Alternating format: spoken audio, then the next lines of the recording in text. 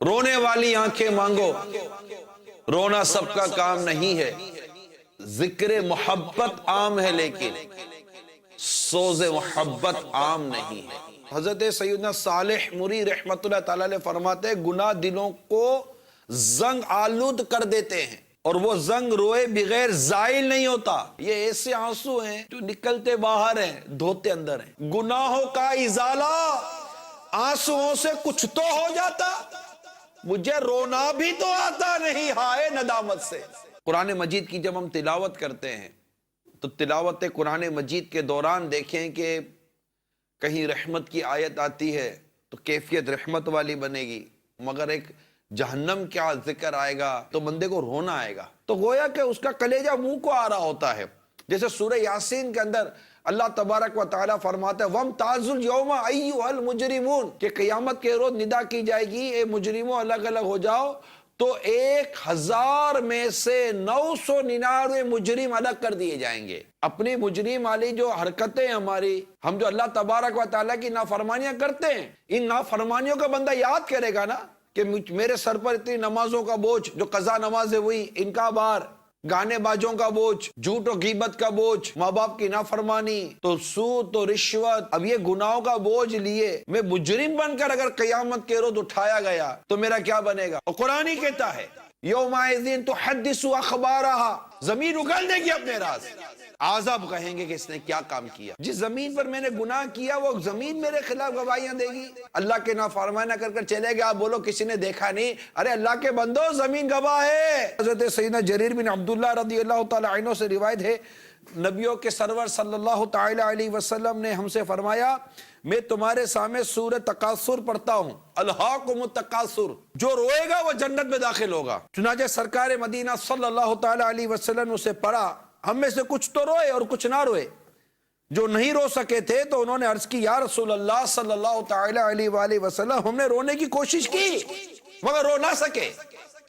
تو سرکار مدینہ صلی اللہ تعالی علیہ وآلہ وسلم نے ارشاد فرمایا میں تمہارے سامنے سے دوبارہ پڑھتا ہوں، جو روئے گا اس کے لیے جنت ہوگی، اور جو نہ رو سکے وہ رونے کی سی شکل ہی بنا لے۔ اب آنکھیں گناہوں سے گندی ہو گئیں، کیسے صاف ہوگی؟ آنسو نکالے آنسو، کوشش کرے اللہ کی رضا کے، نہیں سر جھکاؤ اللہ کے حضور دعا کرو یا اللہ مجھے رونا کیوں نہیں آتا، مجھے بھی رونا نصیب کر۔ یہ اعلیٰ حضرت کے والد ماجد کی کتاب ہے احسن الویہ لآداب دعا، لکھتے ہیں کہ دعا کے دوران کوشش کرے کہ آنسو ٹپک جائے، آنسو بہہ جائے، اگرچہ ایک ہی قطرہ ہو کہ دلیل اجابت ہے یعنی قبولیت کی دلیل ہے۔ رونا نہ آئے تو رونے کا سا منہ بنائے کہ نیکوں کی صورت بھی نیک یعنی اچھی ہے، کہ کوشش کرے کہ دعا میں ایک آدھ قطرہ آنسو کا ٹپک جائے۔ جب ہم دعا کرتے ہیں نا ایک آدھ قطرہ، ہم تو دیکھتے ہیں یار یہ بھی رو رہا ہے، یہ بھی رو رہا ہے، وہ بھی رو رہا ہے، ارے بھائی تمہیں رونا نہیں آتا؟ نہیں آتا رونا؟ ارے اسی پہ رو لو، اسی پہ رو لو کہ تمہیں رونا کیوں نہیں آتا۔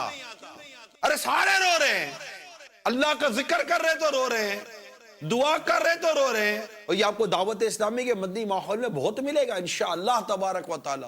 میرے امیر سنت کے فیضان ہیں کہ الحمدللہ دعوت اسلامی کے مدنی ماحول سے وابستگی کے بعد آپ دیکھیں گے کہ اللہ تعالیٰ کی رحمت سے رونے کی سعادت نصیب ہوتی ہے، رونا آتا ہے، گناہوں کو یاد کر کے رونا آتا ہے، احساس ندامت دلاتا ہے دعوت اسلامی کا مدنی ماحول۔ تو اگر رونے والی کیفیت، رونے والا جذبہ، رونے والا مزاج ہو، اور رونے کے اوپر بندہ غور کرے کہ خوف خدا سے رونا ایسا عظیم عمل ہے کہ جہنم کی آگ کو بجھا دیتا ہے اور نجات کا راستہ دکھاتا ہے۔ جی ہاں، حدیث پاک میں حضرت سیدنا عقبہ بن عامر رضی اللہ تعالیٰ عنہ فرماتے ہیں کہ میں نے عرض کی یا رسول اللہ صلی اللہ تعالی علیہ وآلہ وسلم نجات کیا ہے؟ نجات کتنا عظیم سوال ہے یہ۔ ارشاد فرمایا اپنی زبان قابو میں رکھو اور تم کو تمہارا گھر کافی رہے، اور اپنے گناہ پر رو لیا کرو، دوسروں کی عیب جوئی کے بجائے اپنی عیب جوئی کرو۔ ہمارا رونا تو روزگار کے لیے اور دنیا کی چیزوں کے لیے رونا، یعنی آنسو ہیں ہمارے بعد، ایسا نہیں کہ ہمارے آنسو نہیں ہیں، ابھی کچھ ہوگا ٹپ ٹپ ٹپ ٹپ آنسو نکلنا شروع ہو جائیں گے، یہاں آمدنی کم ہوگی رونا شروع کر دیں گے۔ غم روزگار میں تو میرے اشک بہ رہے ہیں، تیرا غم اگر رلاتا،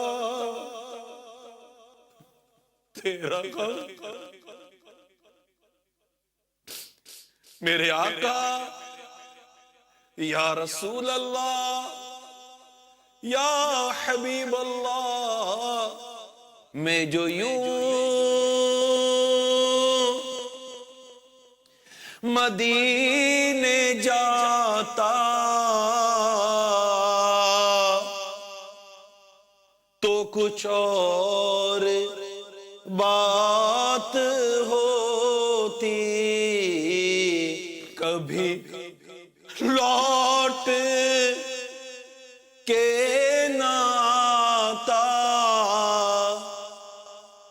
تو کچھ اور